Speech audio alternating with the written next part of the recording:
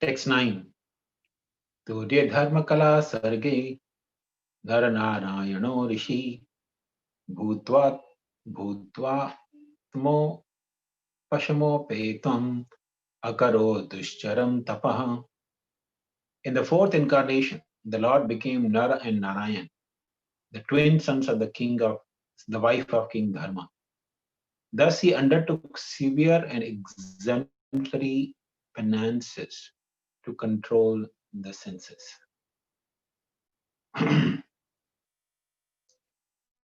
So here, the of the Lord as Rishabdev, Narayan Rishi, is being explained here. So Srila Prabhupada explains here, King Rishabh, they advise his sons, tapasya. Tapasya, or the voluntary acceptance of penances, for the purpose of self-realization or God-realization, is actually the only duty of the human beings. Tapo divyam putraka yena shuddhit tasma brahma saukyam tu anantam. He told his children, all the 100 sons headed by Maharaj Bharat, that the purpose of human life is tapo divyam. Tapa is everyone doing. Everybody is actually performing austerities. For example, when we are not feeling well, still we go to work. It's a tapasya. We don't like to, our childhood, we don't like to go to school. Many of us, at least I didn't like it. But we still go to school. So this is tapasya. So everybody in this world does tapasya.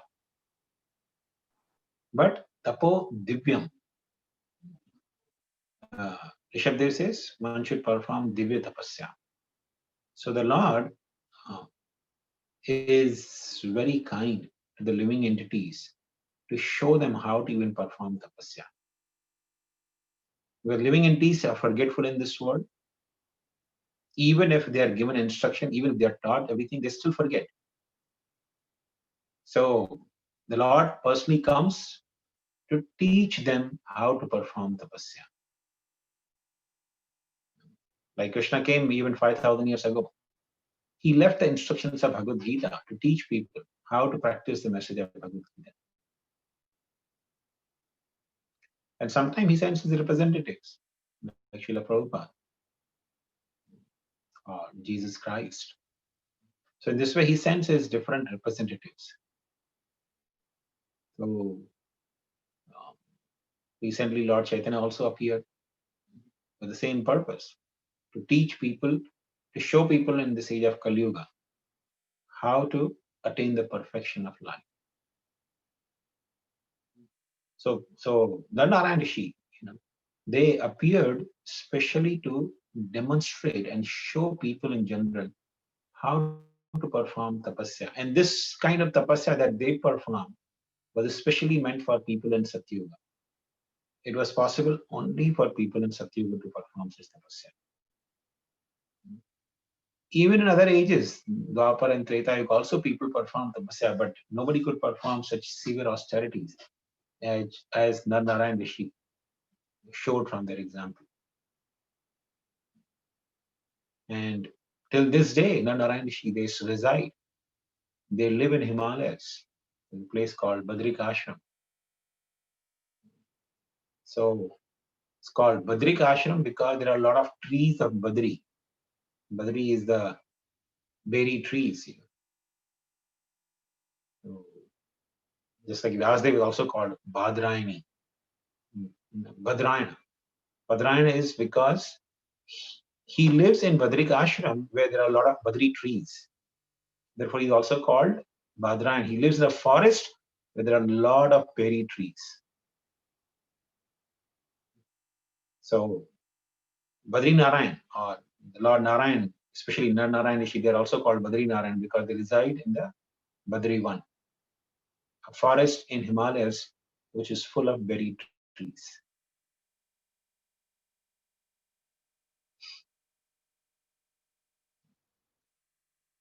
Narayan Rishi, and the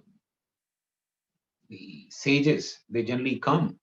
They come to take their blessings.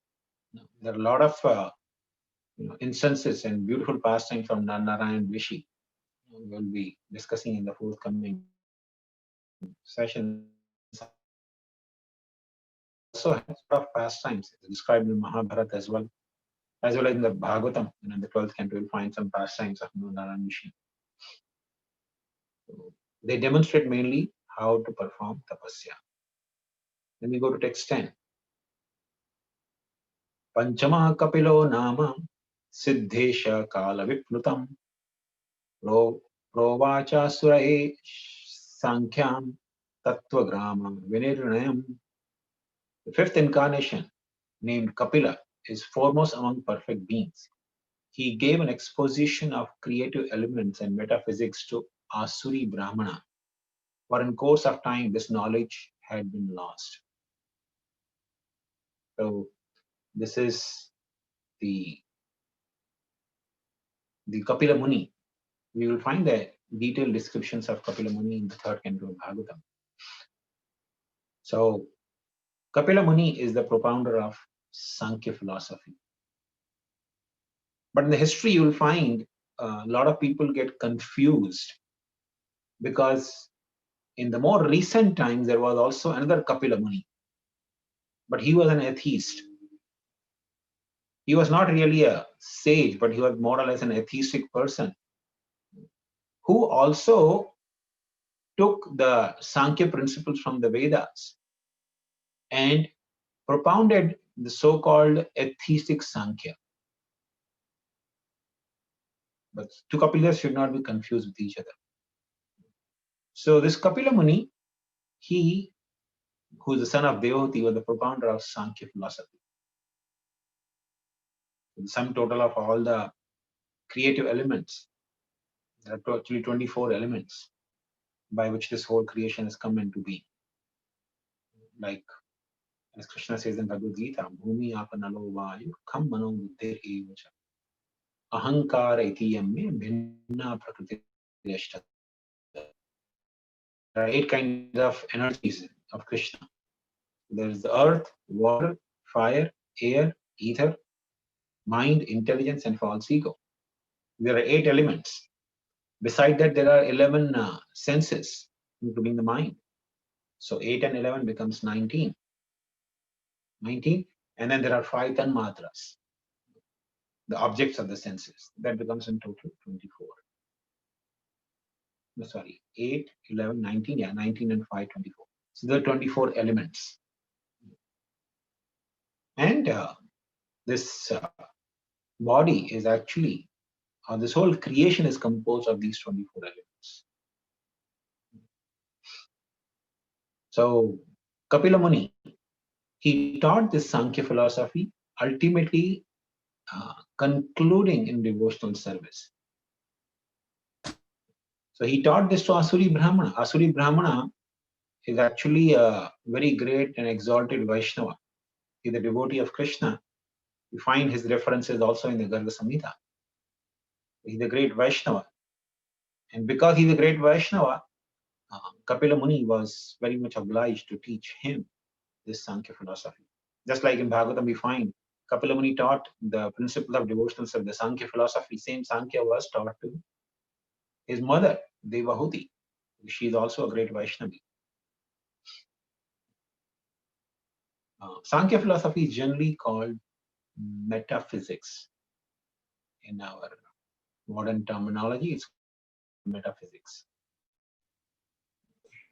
So nothing but analytical study of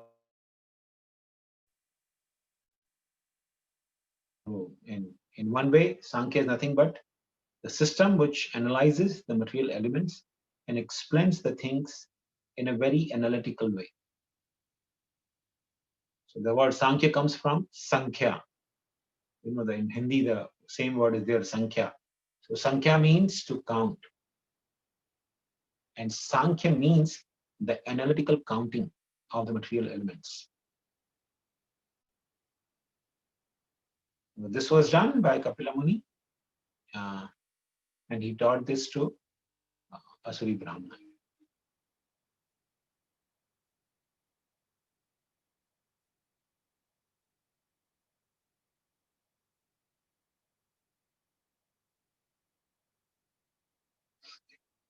Shashtam atre apatyatvam vritaprapto nisayaya anvikshim alarkaya pralhadadevya kuchivan. The sixth incarnation of Purusha was the son of sage Atri. He was born from the womb of Anasuya, who prayed for an incarnation.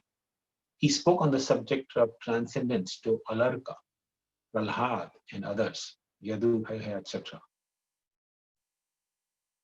So, this is the son of Atri Muni, is called Dattatreya. So, Dattatreya is the incarnation of Lord Vishnu, and he's son of Atri Muni and Anasuya Mata. Atri is one of the great sages, one of the Saptarishis actually. And his wife Anasuya was the daughter of Devahuti and Kardam Muni. So Anasuya, she performed severe austerities.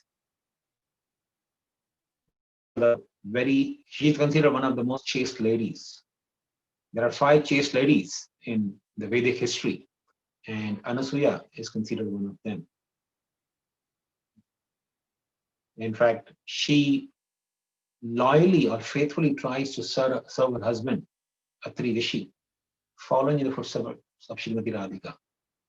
It's said that Anasuya and all the great, chaste ladies, they try to follow in the footsteps of Srimati Radharani. So, Atri's wife, Anasuya, she was a great chaste lady. So her chastity was, the fame of her chastity was spread throughout the universe. So one time Atri Muni was away from the ashram and he was, engaged in some austerities. 3 lords, Brahma, Vishnu, and Maheshwara, they 3 disguised as Brahmanas, and they came at the doorsteps of Anasuya Devi. Anasuya Devi, they begged some charity. Anasuya Devi came with the foodstuffs to give them charity. And they said, no, we accept the charity only from people who do not wear any clothing. Of course, they were wearing the clothing, but they said the people who are not covered by any worldly clothing, we accept the charity from them only. So Mother Anasuya said, but how that can be possible? They said, no, but we cannot accept charity. You have to come without clothing. And in the Vedic culture, a woman cannot come naked in front of anyone other than her husband. Of course, in modern society, it's a custom.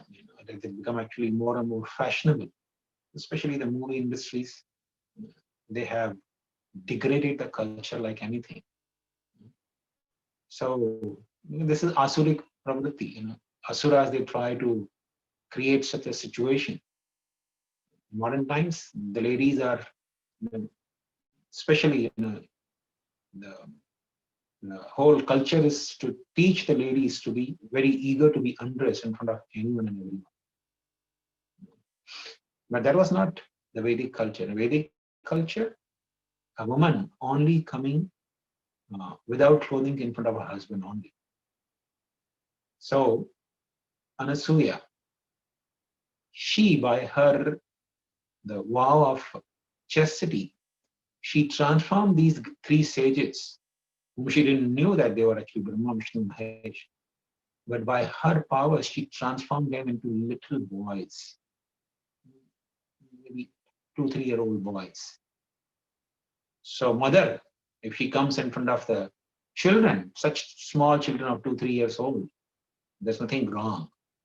So the mother, she came without any clothing and gave charity to these three devas.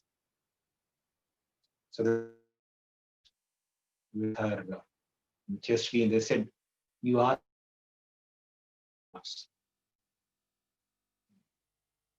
So she said, "I want all three of you to become my sons." And they said, "Sure, we will become your children." So all three of them, they actually became the sons of Anasuya Devi. So from the portion of Brahma, Soma was born, who is none other than the moon god. From the portion of Lord Shiva, the Durvasa Muni was born, and from the portion of Vishnu, Dattatreya was born. So Dattatreya is actually incarnation of Lord Vishnu. Why is called Dattatreya? His name is actually Datta. But because he's son of Atri Muni, he's called Datta Atreya, the son of Atri Muni, named Datta. So he's called Dattatreya. And Atri Muni was very strict, very, very strict with his children. So, especially the Dattatreya, he kind of revolted and he became Avadhuta. He became such an Avadhuta that he would not even dress, he would not even put clothing on him. Because his father was strict, following the rules and regulations. He became completely indifferent to rules and regulations. And of course, this is nothing but the pastime of the Lord. He had a certain purpose. So he incarnated as son of Atri Muni to mainly teach people how to live the life of complete transcendence, following the life of a Avadhuta.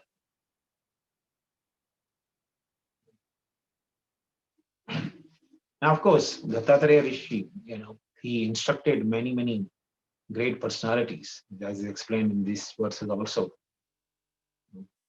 One of the beautiful conversation of Dattatreya is also documentation on Bhagavatam, in the 11th canto of Bhagavatam, instructing Maharaj Yadu. So, that Yadu Maharaj especially received instruction from Dattatreya Muni, where he taught him how Dattatreya learned the lessons from 24 different gurus, like bee, earth, water from the fire, from the fish, from prostitute Pingala, from the male and female, pigeon birds. So in this way, he learned, even the virgin girl who was visited by the guest. So all these lessons that he learned, he instructed Maharaj Yadu that how one can actually learn accepting the different phenomena and different entities around oneself as guru. If a person has sufficient developed intelligence, he can actually accept spiritual master, even the different living entities around, and learn lessons from them.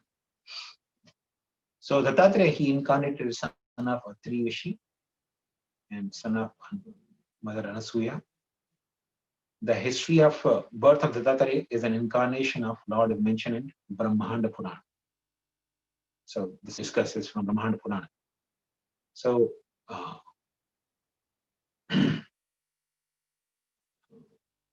this was accepted by the Lord, and Dattatreya, the Lord expounded philosophy. Okay, so Lord Dattatreya, he actually expounded the philosophy of the spirit soul being completely transcendental to all the rules and regulations of the scriptures. Now, modern times, especially the Mayavadis of Shankara Sampradaya, they claim themselves to be coming in the parampara of Dattatreya. Adi Shankaracharya also accepted himself as one of the disciples in the parampara of Dattatreya. Especially Mayavadis, they have this stanza, they say, where they say, Dattatreya Samarambham Shankara Madhyama.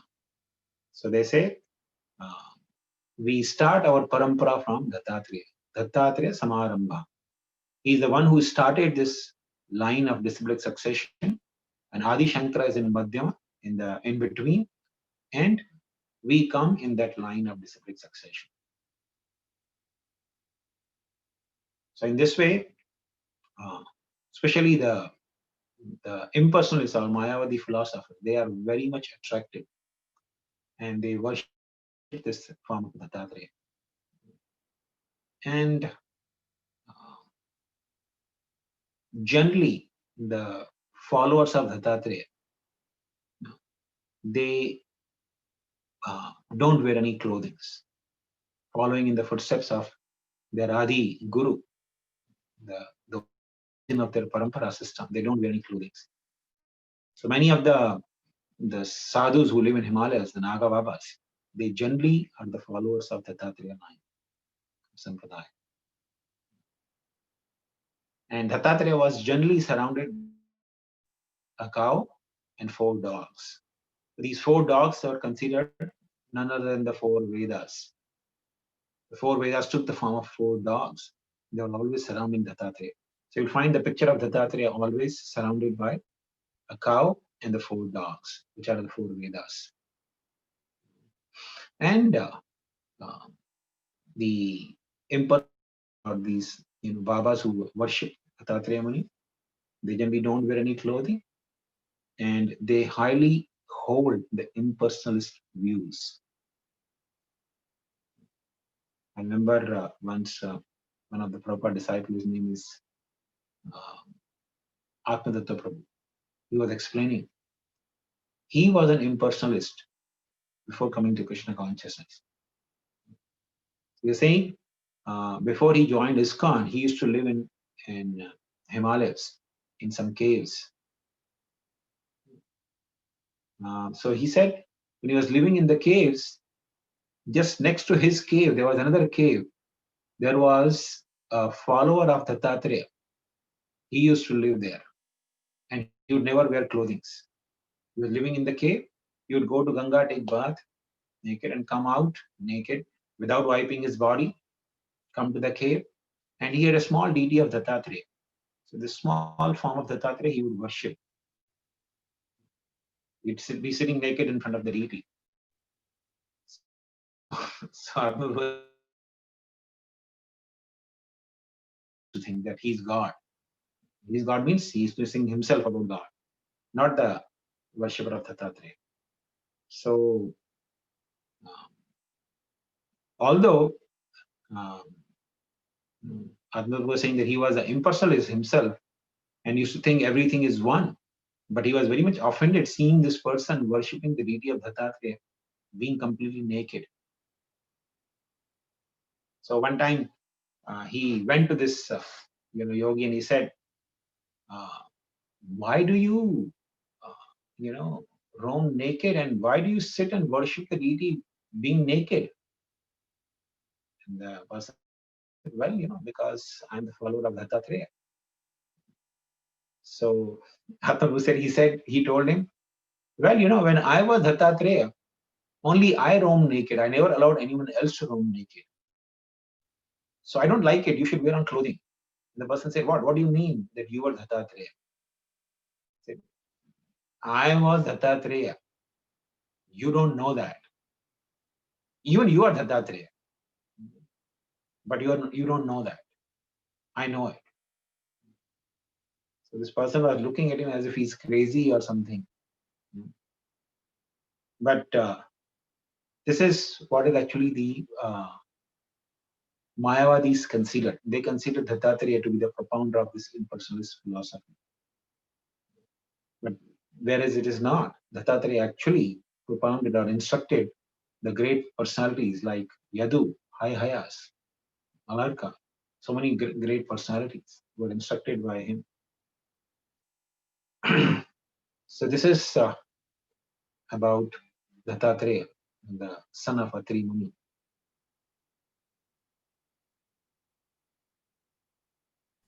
So, Prabhuji, in this incarnation, what does the cow represent? The dogs, 4 dogs represent the Vedas, right? What is The cow generally represents dharma, the bull, the dharma personified, the religion personified, like we have in Bhagavatam also, right? The dharma is personified in the form of a bull. This is dharma is in the form of a cow, or actually bull. So going to text 12, Tata Saptama Akutyam Ruchi Yagyo Bhajayatam Sayamadye Suraganer Apata Swayambhuvan Taram. The seventh incarnation was Yagya, the son of Prajapati Ruchi and his wife Kuti. He controlled the period during the reign of Swayambhu Manu and was assisted by the demigods such as his son Yama. So this is the next incarnation, seventh incarnation of the Lord as Yagya. So the description of Yagya come in the 8th chapter of 8th canto of Srimad Bhagavatam. So Swayambhu Manu, he had 3 daughters, Akuti, Devahuti, and Prasuti. Devahuti was married to Kardamuni, and Prasuti was married to Daksha, and Akuti was married to Dharma. So Swayambhu Manu, he actually gave, no, sorry, not Dharma, she was given to Ruchi Muni. So Swayambhu Manu, he gave the daughter Akuti to Ruchi on one condition, that the son which will be born of them will be given to Maharaj Manu as his son. Now, in Vedic culture, it was sometime practiced that the father would give his daughter to somebody with a condition that the child born of them will be returned to him as his son. So he would be kind of adopting that child as his own son. So this was the condition Swayambhu Manu had placed in front of Ruchi, who accepted that condition. And as soon as Akuti gave birth, she gave birth to twins actually. The Yagya and male child, a Yagya, and the female child was named as Dakshina. So Maharaj Manu brought the son Yagya to his home, greatly being rejoiced. And because during the time of Swayambhu Manu, there was no appropriate living entity who could take the position of Indra. Therefore, the Lord, being merciful to Maharaj Manu and the whole creation, he appeared as Yagya. So Yagya is actually the Supreme Lord Vishnu who appeared, and he took the position of Indra, where there was no suitable living entity. So Srila Prabhupada explains in this regard that in general, some elevated living entity only takes the position of a deva or demigod. Like a person who strictly follows for 100 lifetimes the Varnashram Dharma, such a person is exalted and attain the position of Brahma. Similarly, different living entities, a person who performs 100 Ashwamedha Yagyas, he becomes Indra. So during the time of Maharaj Swayambhu Manu, there was no suitable living entity who had that qualification. So the Lord appeared as Yagya, and he accepted the position of Indra. And he was being assisted by his sons, like Yamas and different demigods. And he ruled the whole universe. So during the period of Swayambhu Manu, there was a scarcity, and Lord took the position of Indra. So these pastimes are described in the later cantos of Srimad Bhagavatam. And Lord Yajna, he actually did the administration of the entire universe. And later on, he married to Dakshina, who was actually born along with him. So, and in that wife, he actually begot, 12 children, which will be, discussed in the later cantos when we. Then text 13 says, Ashtame meru devyam tu nabhir jata urukrama darshayan vartama dhiranam sarva shrama namaskritam. The eighth incarnation was King Rishabha, the son of King Nabhi and his wife Meru Devi. In this incarnation, the Lord showed the path of perfection, which is followed by those who have fully controlled their senses and who are honored by all orders of life. So here we see the eighth incarnation of the Lord as Rishabdev. So King Rishabdev, he came to demonstrate how to adopt the sannyas order of life. Generally, sannyasa in Vedic culture has 4 stages. Generally, sannyasis are considered spiritual master of the whole society, but sannyasa itself has 4 orders. They are called Kutichaka, Bahudaka, Parivrajaka Acharya, and Paramahamsa. So the Paramahamsa stage of sannyas is considered the highest stage of perfection.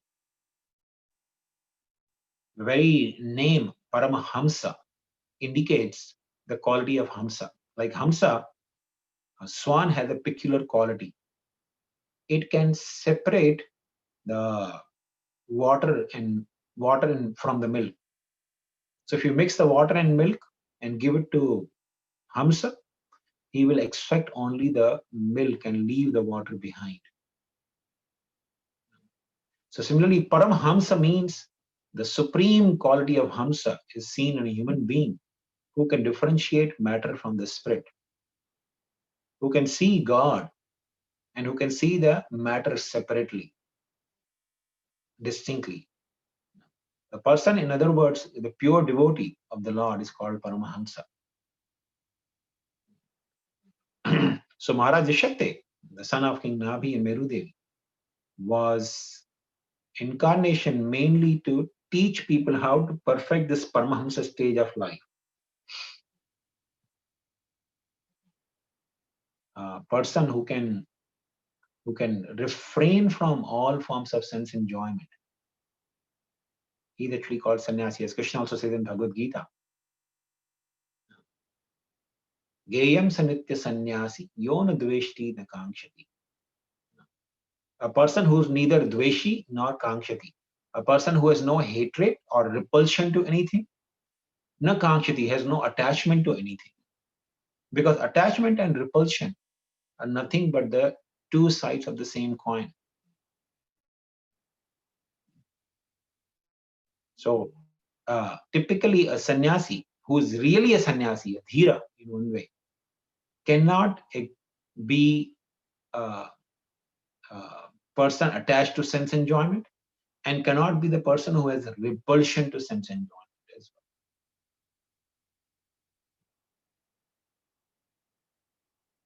well. And Rishabdev Maharaj, he propagated this mission of the attaining the stage of dhira, being completely indifferent to the pleasures of the senses. He exhibited how one can actually attain the stage of dhira or Paramahamsa stage of sannyas. He instructed, his instructions are very beautifully, one of the most important subject matter of Srimad Bhagavatam. Srila Prabhupada was very fond of quoting the teachings of King Rishabdev to his sons. So we'll be reading when we go to that portion of Srimad Bhagavatam.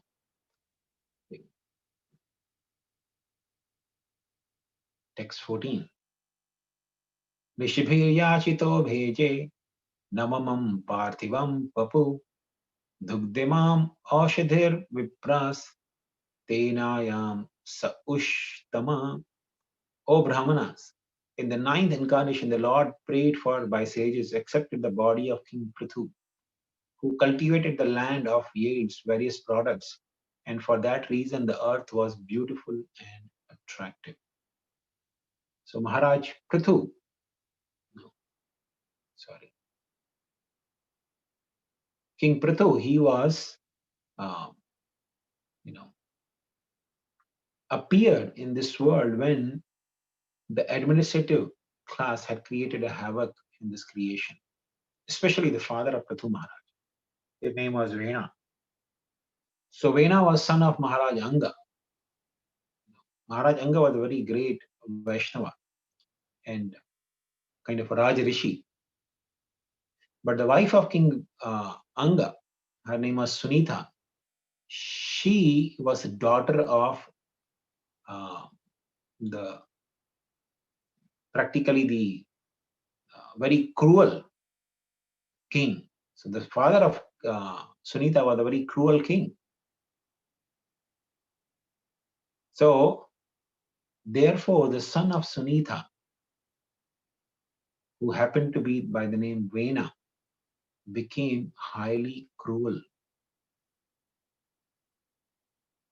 So Maharaj Vena, untimely, seeing the cruel and bad behavior of his son, untimely left the kingdom without saying anything to anyone. He just left the kingdom and went to the forest without coronating him, because he was the Raja Rishi. He was thinking, it's the duty to inherit the kingdom, to appropriate, person who can rule the citizens with principles of dharma. But my son is very unrighteous. So he didn't coronate him, but he just left.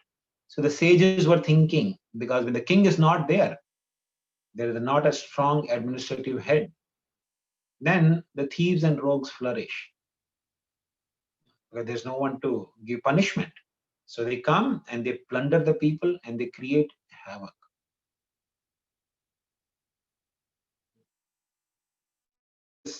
Actually, the symptoms of the poor administration, when there is no serious disciplinary action or punishment for the criminals, that means the government is incapable.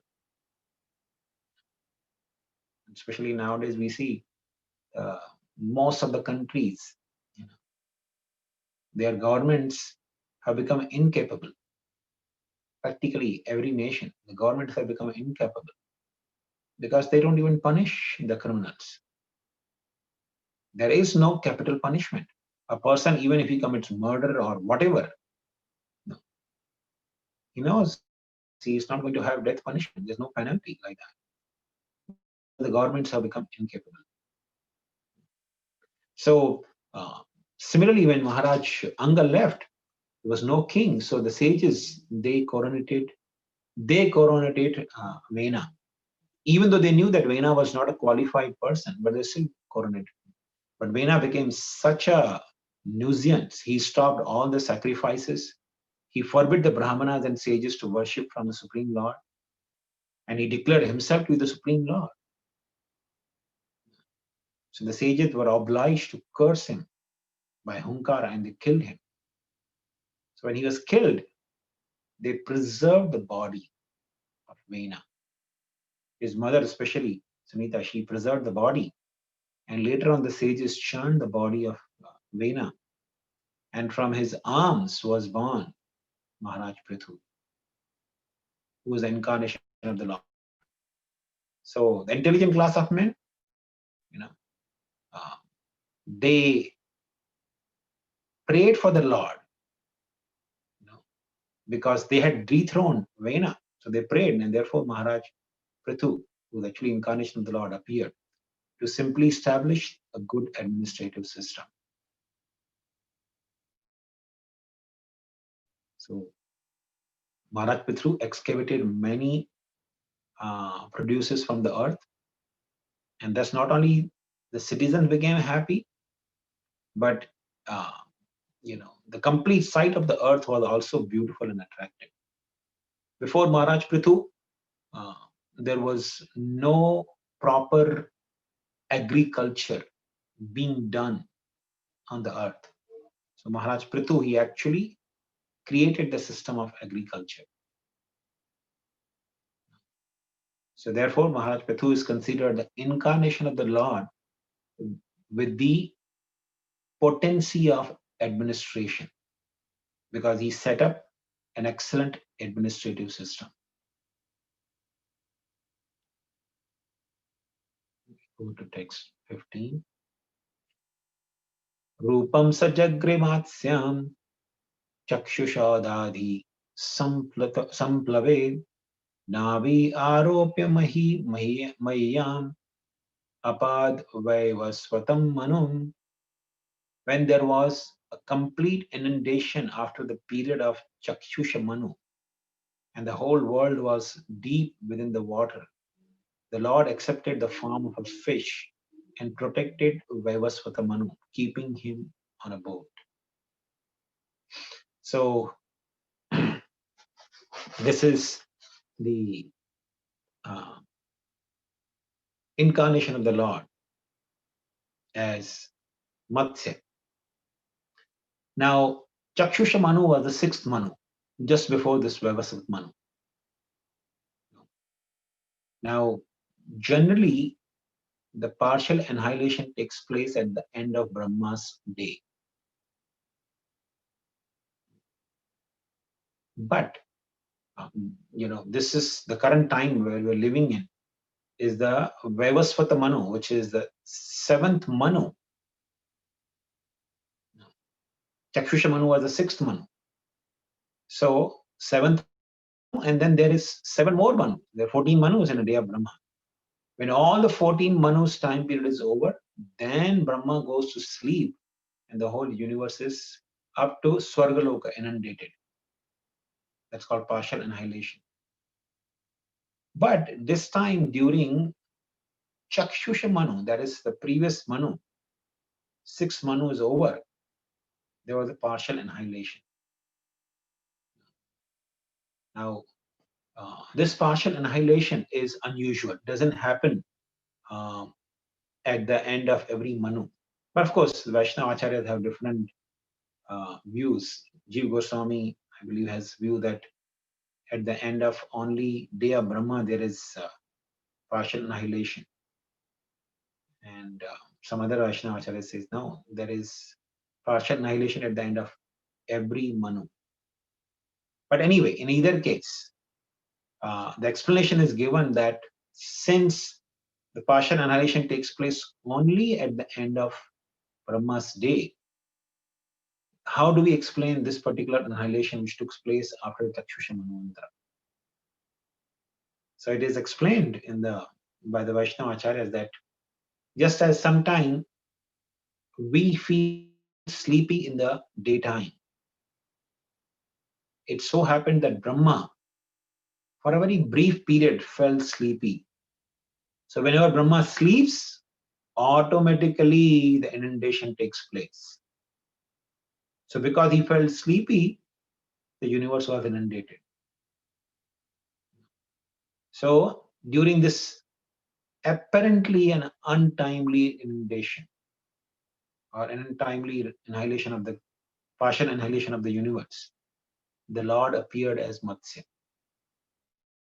So Srila Prabhupada explained, according to Sridhar Swami, there is not always a devastation after the change of every Manu. And yet this inundation was after the period of Chakshusha Manu took place in order to show some wonders to Satyavarta Muni. But Srila Jiva Goswami has given definite proof from authoritative scriptures like Vishnu Dharmottara or Markandeya Purana and Harivamsha that there is always a devastation after the end of each and every Manu. Okay, so I'm sorry, I was talking to us. Sridhar Swami says there is no partial annihilation after every Manu, but Jiva Goswami says there is partial annihilation after every Manu. And Srila Vishwanath Chakravarti Thakur also supports Jiva Goswami's view.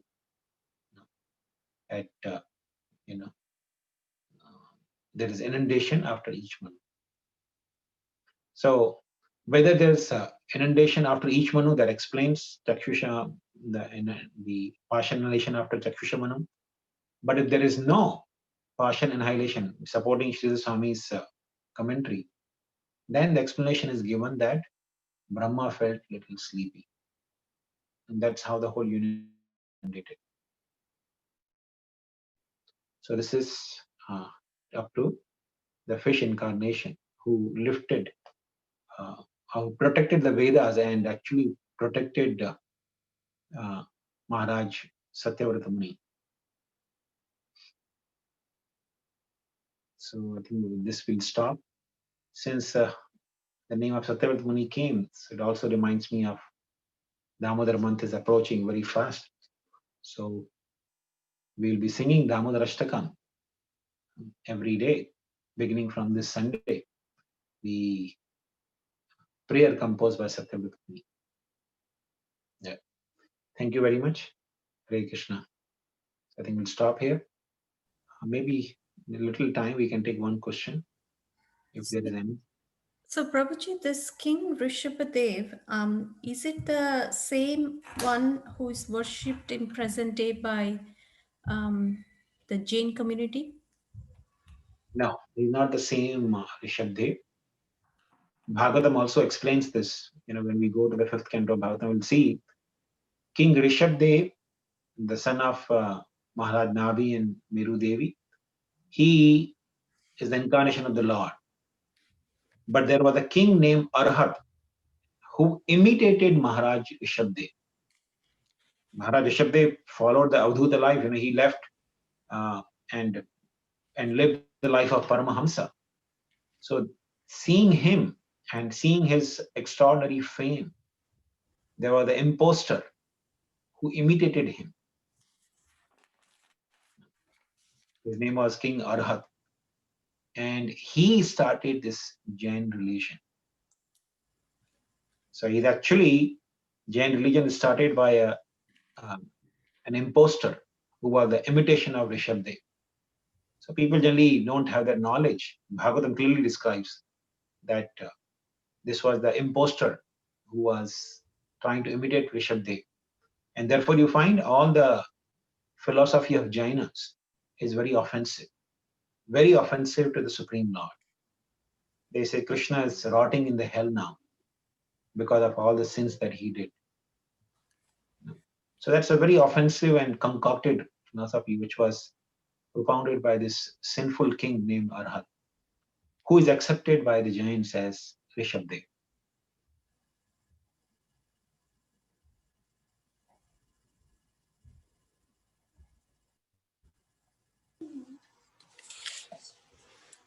Okay. So I think with this. Hare Krishna Prabhu. Can I ask Prabhuji one question? Yes, Madhuri, go ahead. Yeah. In Dattatreya incarnation, you explained he in front of Dattatreya, he has four dogs and one cow. And also he has 3